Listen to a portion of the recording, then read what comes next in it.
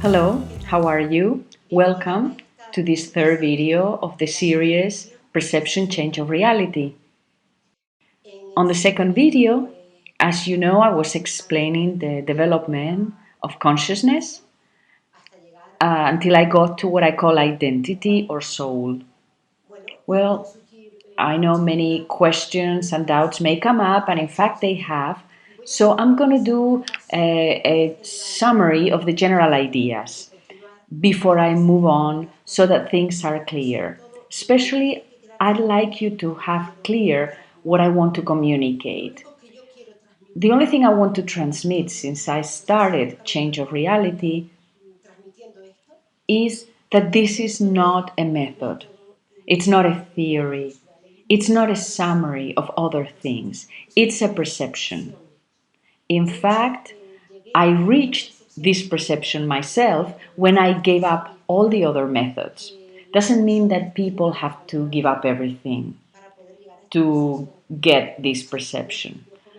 Precisely one of the things I comment is that I don't believe in processes or methods.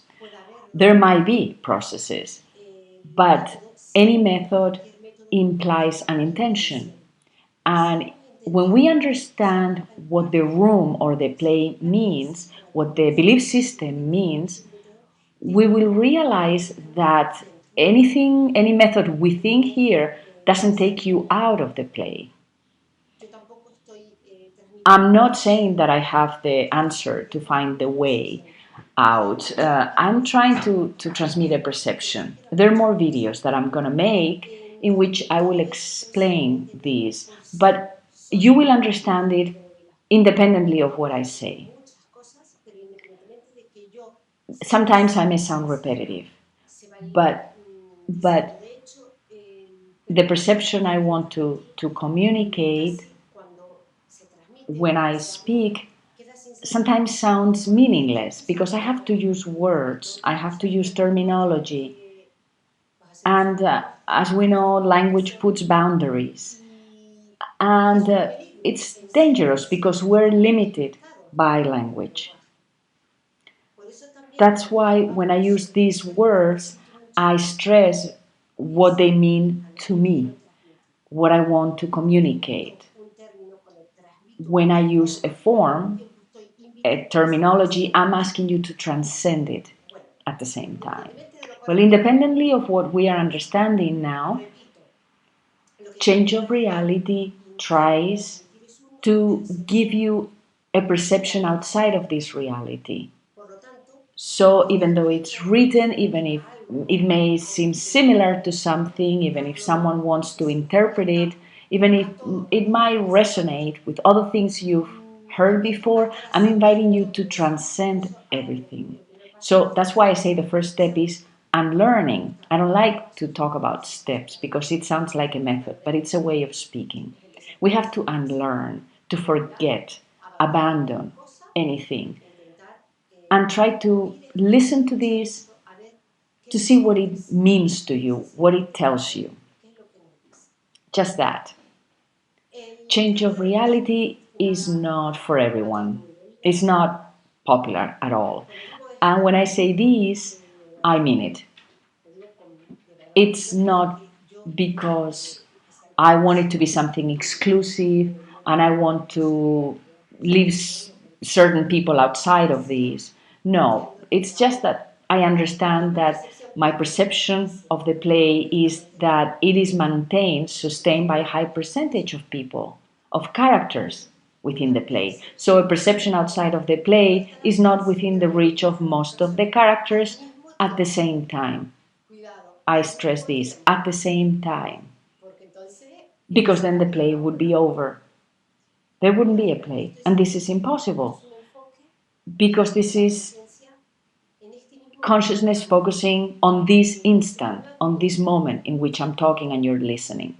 So, change of reality is for those people who find that this resonates with them. They have already stopped looking. They're confused, they're full of conflict. Or it's also for those people who've never questioned anything and all of a sudden they hear this and it clicks. They found that it resonates with them. Well, talking about resonance, now I want to talk about technology. We know that technology brings any information from all over the world right away to our iPhone, our computer. We get everything right away. We have too much information. So, some people have heard so many different things, they read a lot of things, and everything resounds to them. And at one point, the person that is looking for answers becomes more sensitive to information. And at one point, everything resonates.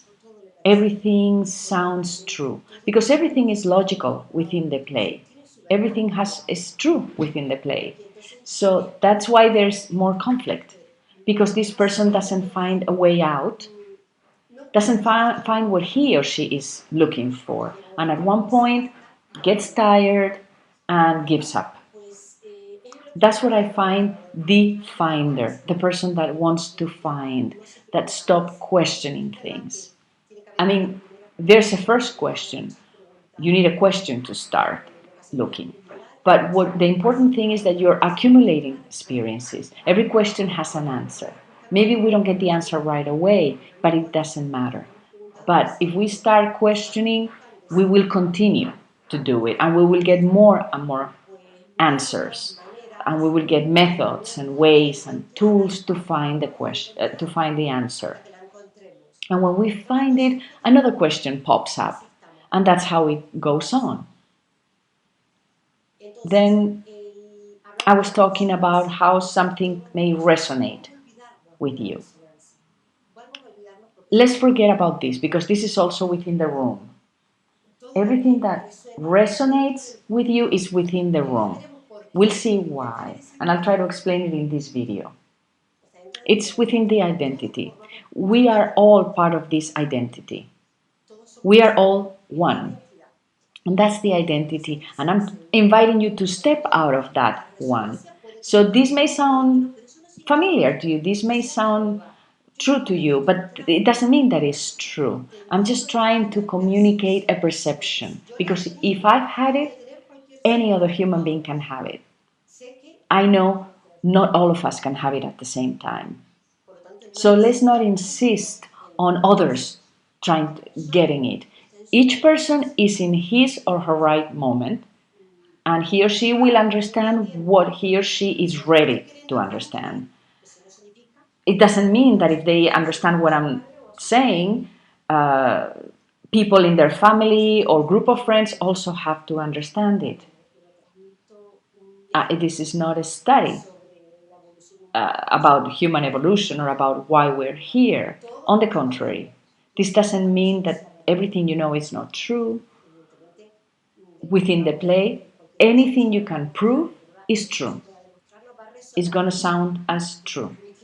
But I'm saying something else. I'm trying to go up to the attic so you stop questioning things. No. Because every time we have doubts, why are we here? What are we doing here? Who are we? Someone will come to give us the answer with a study.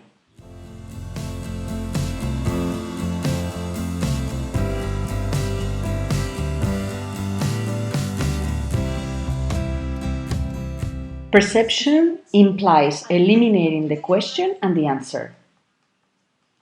Let's remember the example of the building. If I go all the way up to the attic, I don't ask more questions. I'm in the attic, I can see everything that is happening. Whom do I ask? There's no one above me. So when you go all the way up to the attic, you have the question and the answer. In fact, you don't question anything. It's the same as eliminating cause and effect at the perception level.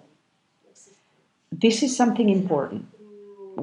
This is my purpose. Although I don't like to talk about purpose, but I need to use this word. We have to eliminate cause and effect at the level of perception. We cannot eliminate it at the material, physical level, but we can do it at the level of perception. Cause and effect. It has to do with energy forms, belief plus emotion. We don't have to do anything just to understand. just to comprehend. Well, these are some remarks I wanted to make, so we can review things I said in previous videos. There are people that when they went into changeofreality.com and they listened to my videos, they saw them before, they ask me many questions. And I said to them, everything I can give you is already there. It's in the material I have put out. And I get the typical questions, answers that are normal because we're all human beings and we have questions. Many people ask me, how do I get rid of my beliefs? How do I unlearn? Because you're telling me that I have to unlearn everything in order to perceive. That doesn't mean that you have to get rid of knowledge. I insist on this. From the moment you start saying, I have to do something, I have to get rid of knowledge, I have purpose. And if you have a purpose, there you are, again, going on around the same thing. What I'm trying to say here is that everything you've learned until now is only useful to continue in the room, but it's not useful to move out, to perceive. Because if it was useful, you would have already perceived. You would be outside of the room. So everything you know so far, you've learned so far, is good for the room, but not for perceiving. So what we have to do is put everything in a drawer and listen and try to perceive. The key is in the concept and the non-concept. I'll explain that. But it's so obvious, so easy to communicate that it seems silly, but that's the key. And that's the hardest thing for me to explain. I've almost been 2 years giving talks, online talks, and I thought it would be the easiest thing to explain, and it happens to be the most difficult. I find the most more obstacle there because the other people understand it as a concept. So that is also telling me a lot of things. I realize that that is the key, the idea of the concept. Because if I say I connect with the source, I want to go back home, I meditate. Now many people talk about going back home and having a method and doing meditation. All that is useful to continue in the room. It's not useful to go back home. Many people do these things and they do certain amount of hours of meditation a day or a week. We all know what I mean. We do something with the purpose of getting something, but we continue to be characters that we still believe in the concept of family, couples, good and evil. We still think this is right, this is wrong. So what we can, if we continue to do here, is not helping us. Meditation may help you to be at peace within the play, to find some quiet time within the play. But the title of this play is the concept. That's the key. But I cannot say, well, you have to get rid of the concept in this way or that way. There's no method for that. I cannot give you a method. I can only invite you to perceive what I'm trying to say with this, with my books and my writings and my videos. But there is no method. There cannot be. And sorry, there is not. That's why I'm talking to the person that wants to find, that has given in. Because a person with concepts, people that have deep rooted concepts, and we all have them at a certain level, we have some concepts. When we believe in something, we cannot move on. A concept is a role of the character. If you don't get rid of the roles, if you don't get rid of the purposes without the concept of good and evil, we don't go anywhere. When you get rid of purposes, the castle starts crumbling down. Then you are more ready because you are in the play without feeling the play, without having anything to do with the play. Otherwise, you are in the polarity of good and bad, and then you're identifying yourself with the character, and you have to stop identifying yourself with the character. I know that's why this is for a minority of people that understand that they are a character. There are people that write to me and they ask me for a frame, a context. That's fine. We need a frame of reference. But that's another example that we are characters. We're in a room, and I want to simplify everything. That's why I use the example of the theater play, because it's a very simple but very comfortable example. What happens with this? That when you start getting rid of that identity, you walk into a scene within the play, you go into a script that has no set, no scenery. And when that happens, we might feel empty, we might lose our points of reference. And I'd like to tell these people that that is the path, that is the way. If there is a path, that's the one. When you lose all your points of reference, it's and then you realize that you may have a reference immediately for something immediate in the play, but not for long term. That's the way to perceive, not the belief system. You're leaving this belief system behind and you're starting to perceive. Within the belief system, you don't choose. I know many books have been written and many things have been said about how we create our own reality. And yes, obviously we create it, but we create it from the collective soul, at a collective level, from our subconscious, within a belief system. But all we do is move from one belief system to another. We are not choosing. It may seem that we choose, that we have a choice, but we're not choosing anything. The only way in which we choose is when we perceive. And to perceive is to put the question and the answer together. They merge together. Good and evil merge together. They become one. I call that the non concept. When you don't have the concept, when you don't have a concept, you don't have a belief. Remember what I said in the second video. If there's not a table, I cannot talk about a table. So when I say non-concept, is that I'm eliminating the concept. We're not going to die. We're not going to evaporate. Nothing is going to happen to us. I'm just saying, let's eliminate the concept. Or simply realize that it's just a concept that we have adopted as humans, collectively speaking, and within the belief system, we never choose. I know, I know we all like to feel that we're individuals, that we have individuality. And it's true, we do have it. We all want to feel that we're important, that we choose in our life.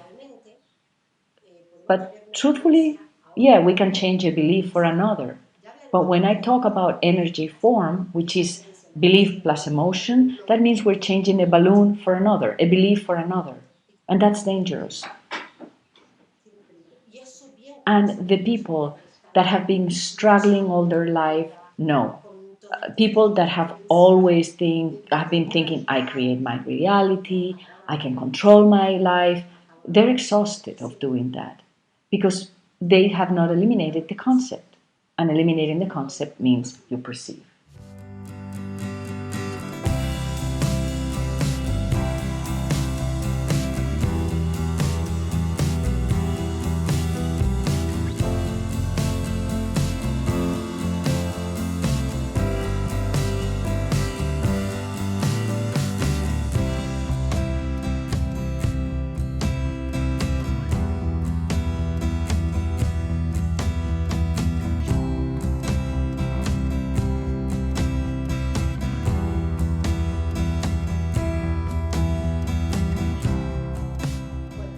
Well, I would like to remind you of what I said in my first video about the two ways of looking at things or viewing. One is the horizontal view, which is the way we view things from the belief system itself.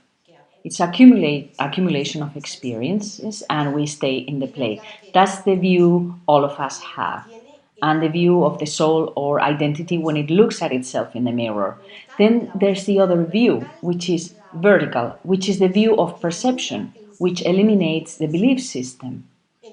So I'm going to comment something that I will repeat later, but I think it's important so we don't lose or miss the point of reference of what I'm trying to communicate with change of reality.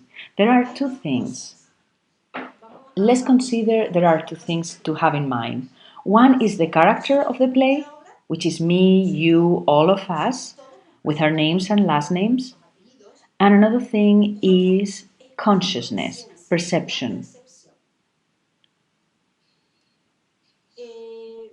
Some people make mistakes, make constantly the mistake of thinking that because they know someone who has left the system, someone that he went off to live in the middle of the woods, he's far away from everything else, he's perceiving now because he's creating his reality. And I'll tell you now what that means for change of reality. It means that he is still a very important character. He's important. All characters have importance. What I'm asking you to do is the opposite. Remove importance, eliminate importance. That person is gone away, he's living in another place, but he's still within the system, the political, social system. They're still sustained by a concept, and it's an energy concept. And that affects everyone, whether you live in the middle of the city or whether you live in the middle of the woods, isolated. That's just the character. Another thing is the consciousness. Consciousness is different. The consciousness of that character. So I'm going to be talking about the two things. Whenever I refer to one or the other, I'll specify which one I'm talking about. Because I want to come back to the point of reference of what I want to communicate. It's as if we were making this mistake. And this is my experience because of the when I do talks and people come to talk to me and I realize they haven't understood what I meant. For instance, this character that has decided to leave civilization and he lives in the middle of nowhere, and we think that he is perceiving, he's not influencing reality, that he's above the rest of us who are in the city working all day and so on. For me, it's the same until proven wrong, until they prove me wrong. That's why I say change of reality is a perception that cannot be defined. It's, it simply takes you out of the room, and that's when you are in awe, when you realize that you were analyzing things before and you were always within the cause and effect dynamic. Everything was good and bad within concepts. Let's remember that what I'm trying to say is that we need to look from above the play. Summarizing now what I commented on my second video about the field. This is very important to understand that the field is an area that is within the identity, the soul. We are also inside of the field, inside of this area. This field or area has some forces inside that come from the vital force. Let's say it's all a consciousness in action, constantly moving, which is the easiest way to explain this. I don't have an easier way to do it. Let's say that it's a consciousness in action that is moving, but only in one direction. This is very important. Very important. Has to do with what I say about the only one way of thinking that we have. Unique thought. We only think in one way. And this doesn't help to perceive. If we realize, we'll talk about this later. This is just one direction, and all the possibilities are there because it's an area in which the vital force has given us this area to develop ourselves. So everything we name, everything we label already exists in the field and we bring it here. Let's say that the field is like this photo here, this picture. There's an area, the consciousness in the field, that I say that it's in action, could be dots. Then those dots are there, their energy, is consciousness, strength, power, creativity, expansion, is everything. Only in one form, in only one direction. It's unidirectional. There's not health and illness. There's not good and bad. It's just one thing in the field. Imagine something becomes reality in this play. Maybe technology, how we are, all the things we have now in the 21st century with all these changes that we are living. Then it's as if these dots were collapsed, did collapse. They joined, they merged. We got that wave from the ocean, from the field, and we brought it into identity. So we look at ourselves in the mirror, and identity wants it to become reality. And then we live it, we experience it. When the identity takes that to become reality and shows it to us so we can see it on the other side of the mirror and we can experience it, it's not one thing anymore, a unique thing anymore. It becomes two, it's dual. So creation in the room at the level of identity of this dotted line, from this dotted line below, its perception is always number two, and we experience everything duality, in a duality, with its something and its contrary. We cannot say I'm very hot if we have not experienced the non-hot.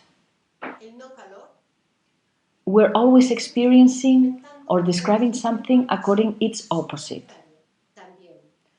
So the game of beliefs is to change beliefs is simply to change of cards, but we're in the same game. We're still trapped in the game. We cannot change a belief without the belief that contradicts it. So it's the same to believe in one thing or its opposite. It's the same. Since we haven't seen the concept, we continue to have beliefs. What would be the concept? The concept would be in the field. It would be this line that is not broken, because collectively we all believe in that and we bring it here. It becomes a concept. In my talks, I talk about the non-couple, and I use this. Um, at one point, we don't know when, it doesn't matter when, we did believe in the couple, the concept of the couple. And that means that an intimate relationship between two people, as we understand it now, created the concept of the couple. It was important at one point in our history. We believe it was vital, but it's not natural. The union of two people as a couple is not natural. I'd rather say it's anti-natural. But this is not the topic of change of reality. We're talking about something else. If you're more interested in this, you can see videos that I've done, talks about the concept of the couple and how I see it. This is just an example I'm using now, and I'm not going to go into explaining it now.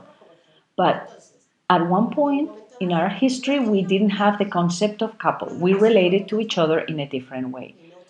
At one moment, we started having a partner. So all these dots became a line with strength in the field, and we brought it here. So we now believe that it's natural and it's still a concept. This line that forms in the field has already a frequency, a measurement. We bring them here because we can measure it, and that's a concept. Nothing in the field exists that is not a concept. That's the key. So the concept of the couple came to us from whenever we created it. Maybe it started in just some part of the earth and then it spread throughout all over the world. But the concept exists. It's a concept, it's not natural. We function by imitating, we work imitating. So as we leave the play and other characters come into the play, they do what the previous characters did.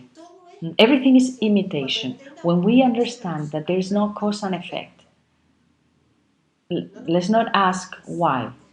That's just the way it is. There's no cause and effect. Cause and effect only apply when there's something serious, immediate, but it does not exist. Things are not because they have to be. There's not a cause. They simply are.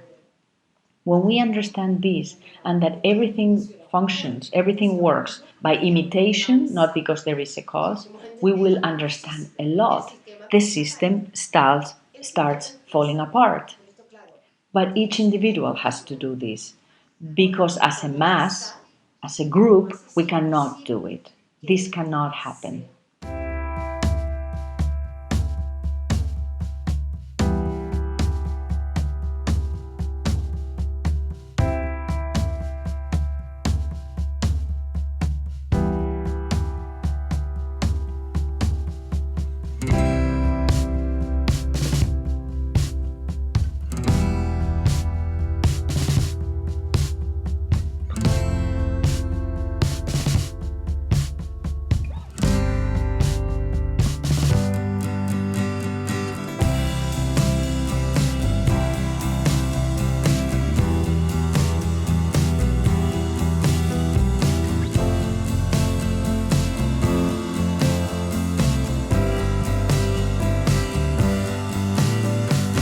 When I'm talking about the mass, I'm referring to the collective consciousness. I'm referring to that one that is behind the mirror, the identity, the soul. From here, we can get that perception can only happen at an individual level, at the level of the character, individually. It cannot happen at the level of the collective mind. Therefore, we have a first clue there. When we talk about the soul, the subconscious mind, identity, this being, all that we're referring to when we need answers, that is the other side of the mirror. That's the front side of the mirror, which is a one. The two comes when we are questioning something, when we refer to this one. That's where the questions and answers are, but solutions are not there, never. That's where the belief system is, because identity in itself is a belief. Identity in itself is a belief. When we understand this, we start to perceive. Then perception that I'm inviting you to have has to be personal, individual, at the level of the character that steps out of the collective mind. And here I'd like to comment something related to this. Nowadays, we talk a lot about following a spiritual path or an individual path. I'm not referring to that here. That's the path to where? Going home, finding yourself. That's not this, what I'm talking about. That's only another scene or a scenery of the same play. I hope this has been understood by now. We are at a moment in which people talk about the new era and that the path has to be personal or individual. And we say that when we actually are all speaking the same language, we all have created an alternative way of eating, a different type of nutrition, different from the traditional we've had until now, the one we've had. We have a new language, a new way to relate, saying that everything is love and individuality and the purpose of the human being. I call this the new religion. I'm not saying here that it's good or bad. It doesn't matter to me whether it's good or bad because it's the same as anything else. It's another script of the play, of the theater play. It's the same as anything else. And going back to what I was talking about before, the individual has to find the path, a personal path, to step out of the collective, and that way he or she will be able to perceive. And what I'm saying here also is that nothing the collective does is useful for the individual. So the new religion is another path, but it's another path to something else, not towards perceiving. It's a path to another belief system. Then let's imagine that the collective mind, that which identity or the being or the soul sees behind the mirror, let's imagine that it's a choir, a musical choir. In order for a choir to exist, there have to be different characters. And this has a lot to do what I was talking about before about character and consciousness. The choir is a consciousness with millions or billions of characters in it. Each character believes that he or she has his or her own consciousness, but they don't. They are all within one collective consciousness. So the perception that corresponds doesn't correspond to each consciousness. A character does not have a consciousness.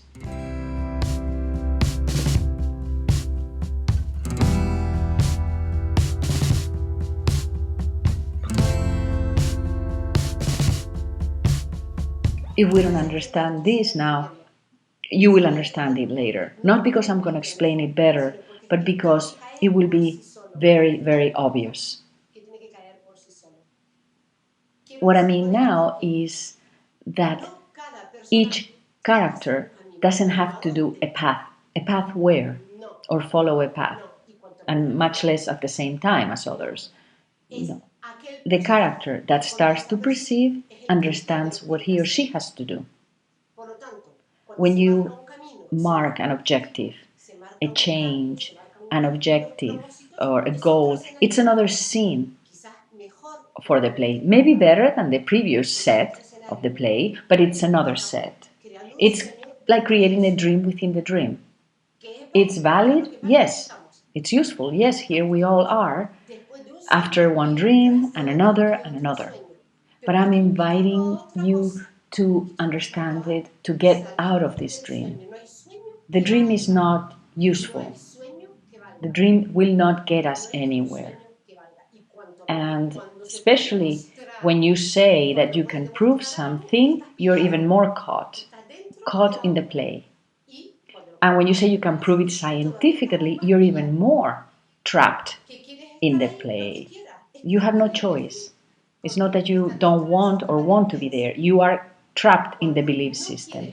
When you decide not to choose, when it's not interesting to you, when you don't feel any affinities with the choir and you start singing as a soloist, that's different. That's perception.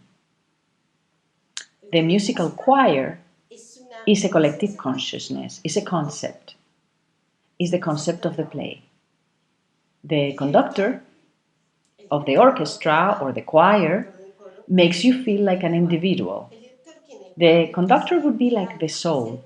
It's the pattern, the blueprint that we have behind To take as a point of reference, when I've talked in previously about a ping pong uh, movement, you ask a question and the answer comes back to you. That's what the conductor does. You ask a question, he gives you the answer. So, but we keep asking the same questions, getting the same answers. That's why history repeats itself. They're the same patterns with very little, with variation. So if you've watched this far of this third video, if you don't feel identified with this and you want to continue to be identified with the play, I know this is not useful for you. I know very well what I'm saying. I know this is not for everybody. I know and I feel it. That's the way it is.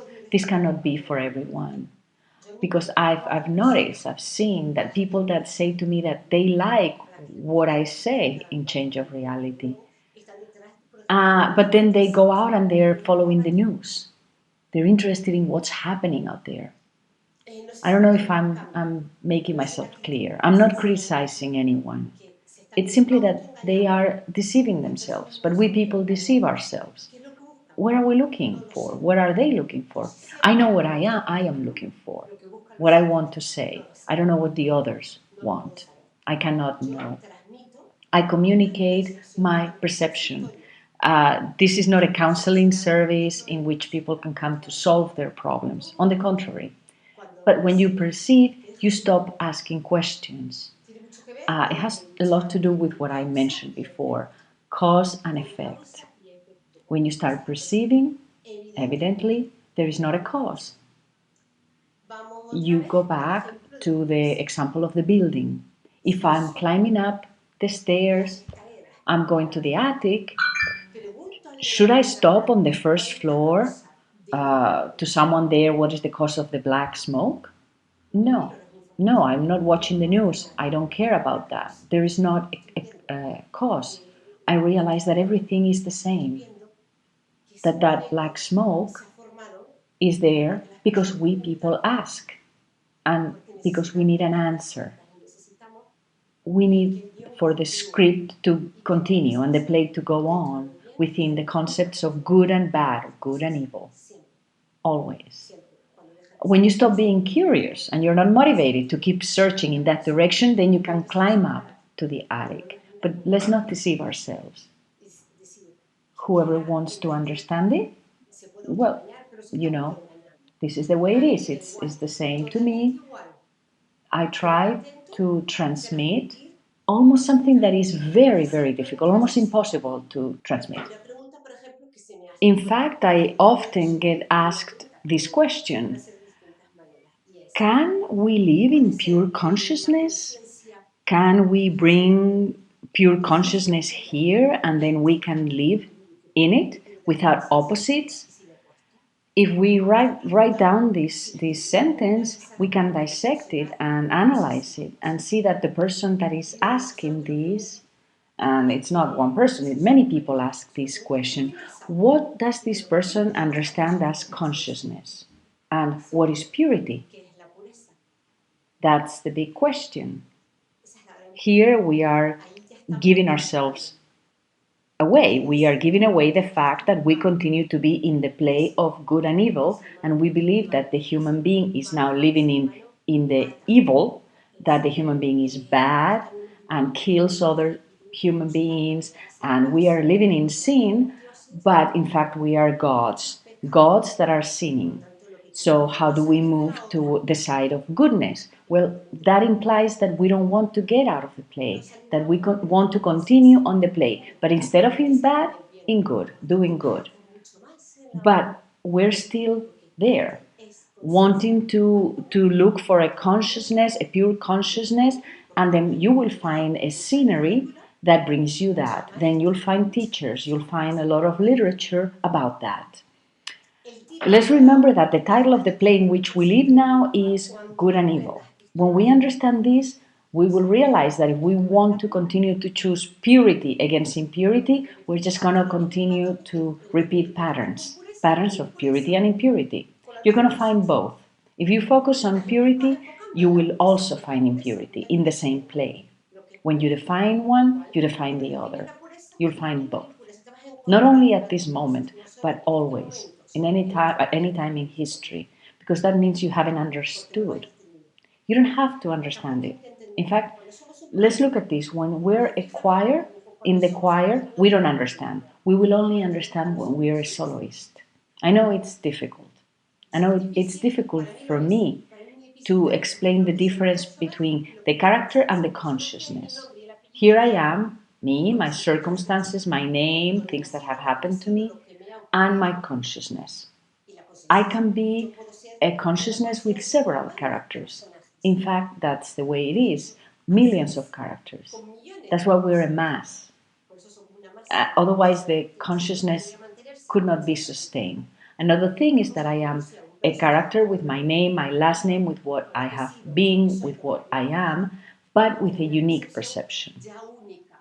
And again, we have to be careful with this because we don't want to make a new room within a room with what I'm saying. When in a room in which those of us who believe we're unique, we live there, which is what happens to some people with the awakening of consciousness nowadays. This thing about the new era, it catches my eye, it catches my attention because it's happening now in the year 2015. I don't care about what happened 2,000 years ago. So this thing about the awakening of consciousness, do we really believe there's such changes in time? We think time is going slower or faster, that there's the no time, all these things going on. Don't we realize that others believed that before us? And they probably thought it was true. I know we have too much information, but we have so many beliefs inside of the room. So the new era is part of the new religion that also has its own language. So let's go back here to see this field. Let's see how we translate the new era concept here. We see this line here that joins dots. The dots are consciousness. When the line is clear here, is when several dots are joined. There's density there. I'm saying this to be able to explain it. Doesn't mean it's like this. Because I'm not trying to explain it scientifically. I'm not basing anything on science. I'm just using the language I have. Make it as easy as possible for others to understand, whether there is science or not. So I'm talking about density. Density means it's something that can be materialized. It's something that exists in the field because everything exists in the field. All possibilities are there. But it's getting materialized. What does that mean? That for those of us who are living that frequency, that frequency has a sense. It's like a radio station that we have already tuned in. I like that example. We can listen to that tune, that radio, we're in the same wavelength, and we think we're discovering something. We think that's the change, that we are going towards an evolution. When we talk about evolution, we have to come to the point zero, because everything evolves from a zero onwards. But that's the history of the play.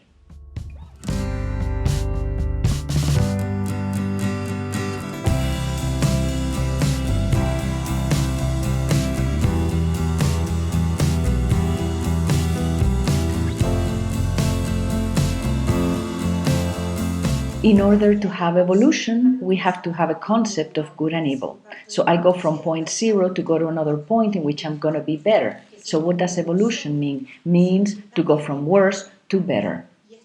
And this is within the belief system. This is not perception. When you perceive, you realize that there is no evolution because there's no good and bad. Everything is happening at once. But we need time and space to understand the play in order to develop and experience the play. This has a lot to do with the questions sometimes I'm sometimes asked about pure consciousness. How can we bring pure consciousness here? Well, purity is within good, impurity within evil. So you create sub plays, different scenes within the play to experience that pure consciousness, which we don't experience that. That means we're simply following another teacher. We are soldiers and we speak the language of that new teacher, of that new religion. That's why we are soldiers of a new army. We're a choir. We're a choir even within religion. We're just a choir.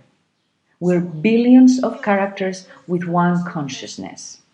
Billions of characters with one consciousness that functions, that makes the building function or work, because the millions or billions are at the street level, millions of characters with one consciousness, so they're very easy to manipulate.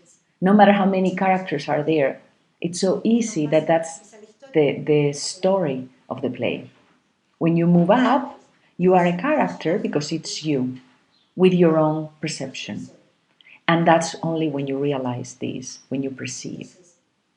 When we talk about purity or impurity, we are referring to one part of the script, one story of the play, in which we're going to believe that we're being pure beings. Since we believe we're pure beings, there will be impure beings.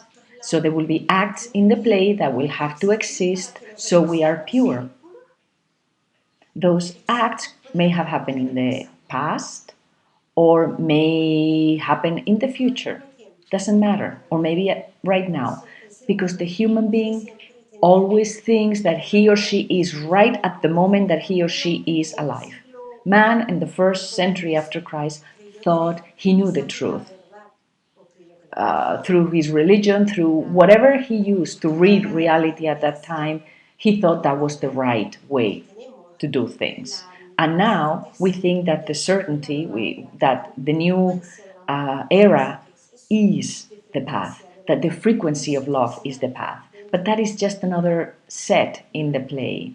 In order to experience something, you have to experience its opposite. Maybe not at the same time, but we are unconscious beings. We are thousands and thousands of beings with one consciousness, and we don't realize the damage we can be causing to other times when we focus on good.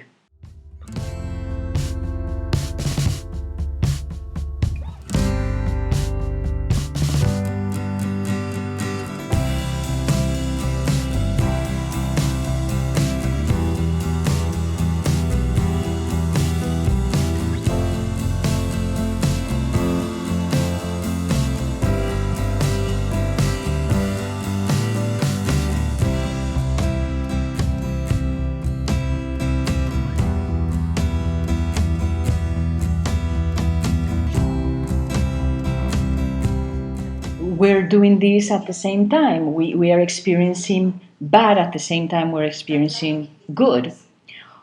So, what does change of reality invite you to do? I'm inviting you to perceive, to step out of the game of good and evil. And for that, you need to have given in, to have absolutely no attachment with our character in the play. You don't go to good, you don't go to evil. It's the same. This is not popular. This view is not popular because you cannot speak the same language as others. So that this video doesn't become more dense, more difficult than it already is, I'd like to say that the new religion has its own language, as I mentioned before. For instance, let's go back to this idea of the concept in the field. The line that is there, that is dense, is materialized, that that line has always been the concept. That line is a concept. For it to be here, it has to be a concept, even if it's invisible, virtual as a thought, but it's a concept.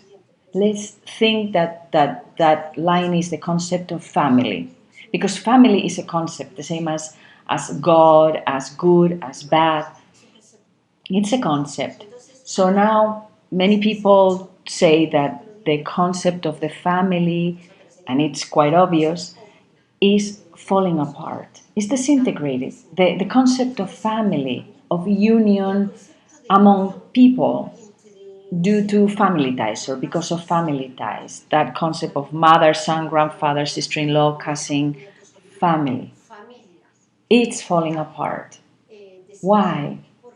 I don't know why, but that is that we are not paying so much attention to this concept. Since we don't pay attention to it, we are creating a new concept to substitute it.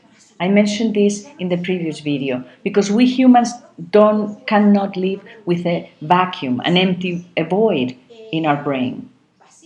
We don't like that. We cannot live with that.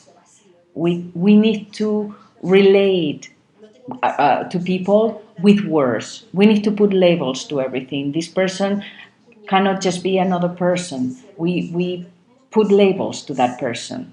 We have to say she's an aunt, she's a friend, she's a sister. We have to put that person in some kind of drawer to label that person. So if we lose the concept of family, problems are coming up. That's why we have the cause and effect of problems within the family. Since the concept of family is falling apart, we're substituting it with another human group.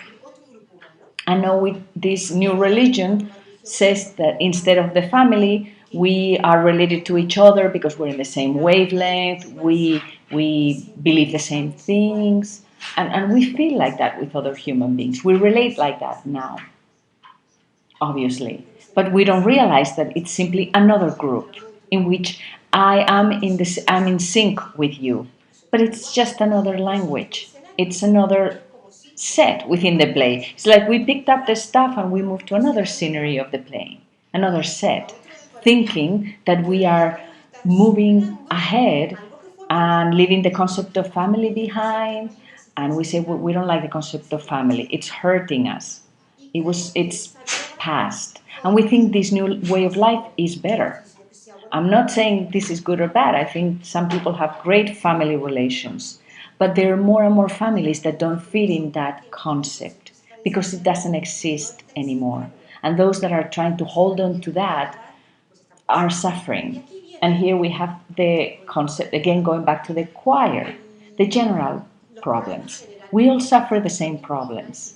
And the therapies and the solutions are the same, even though we seem to be individual people. The identity, the soul at the conscious level, big consciousness is looking at itself in the mirror and looks at us back. And when you question and you go to a therapist, a doctor, someone to help you, whoever, to ask what's going on with you, what's your issue, how do you solve your problems? No, they say, well, if you don't solve this issue, you cannot move on. It's as if the conductor of the choir told you, you can, unless you do this, you cannot be a soloist. Well, the conductor doesn't know.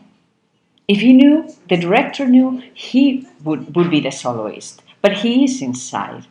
No one is deceiving you. They give you what they can, what they have. Because perception is a responsibility. It's giving in a responsible way. You cannot deceive even if you want to.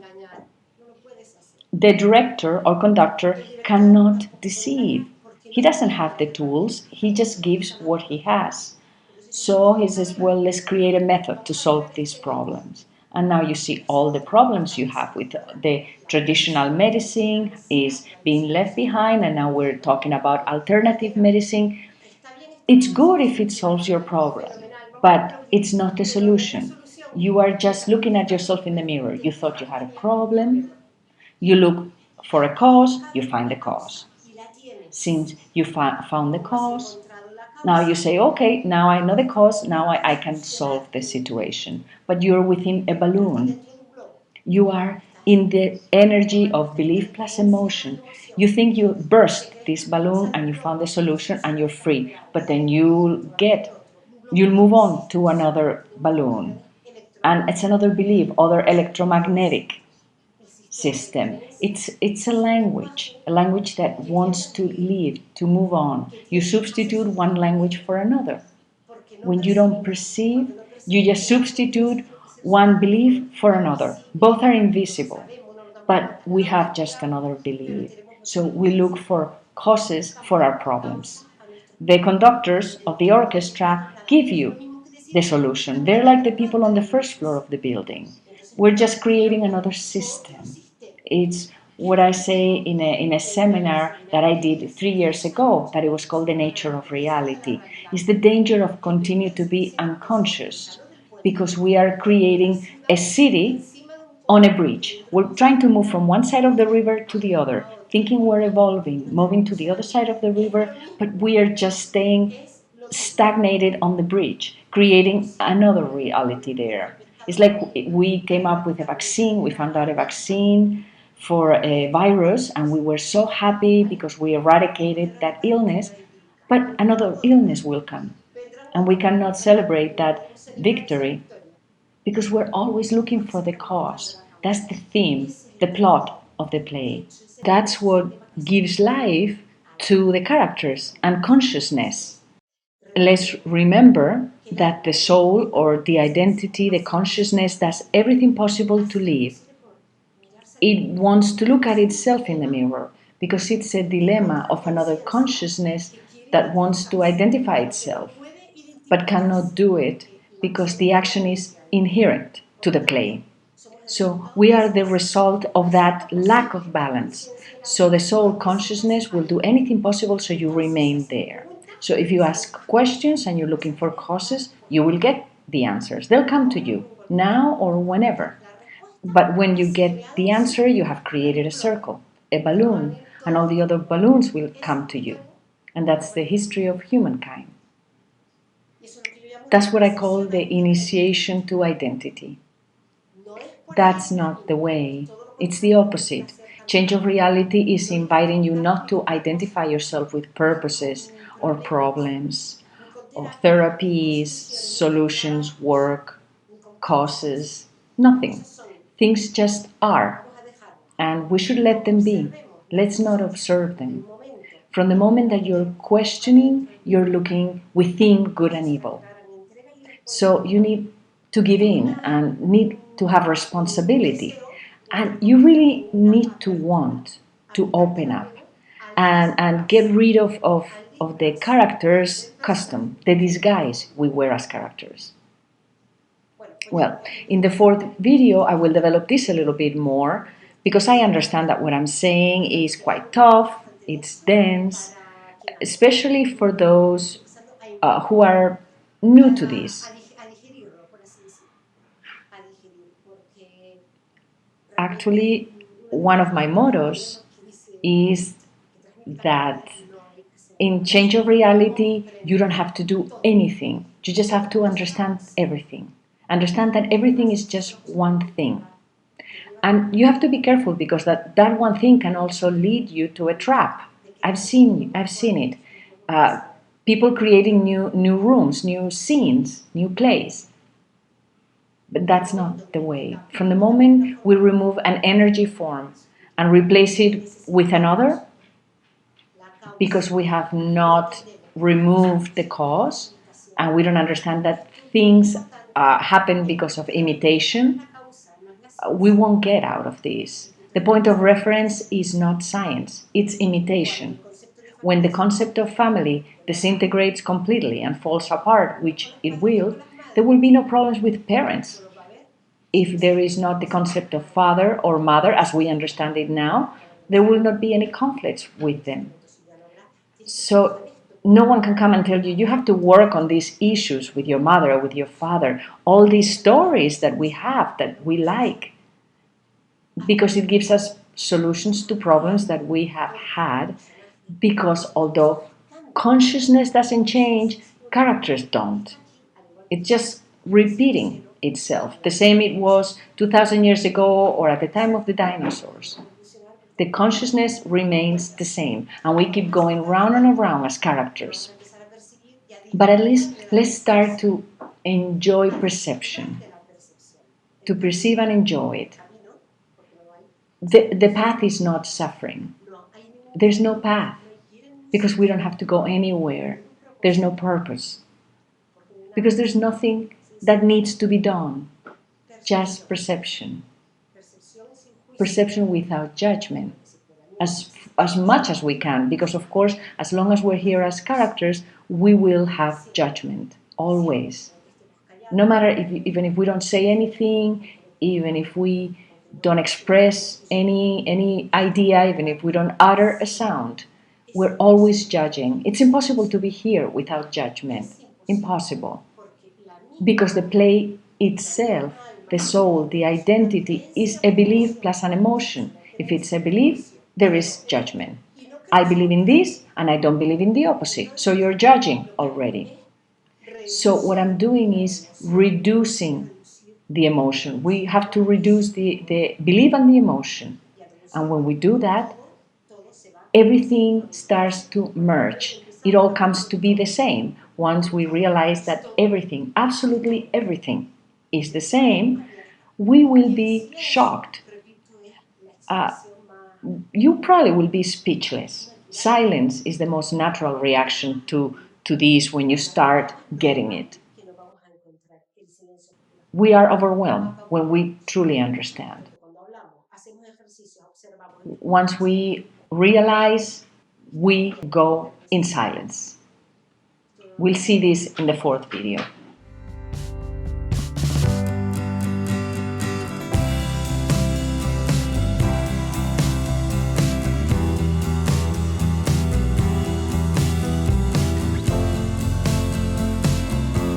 I'll see you in my next video, and I hope you are enjoying this as much as I am. And I also hope that we are beginning to perceive, we're beginning to sing as soloists. Thank you so much.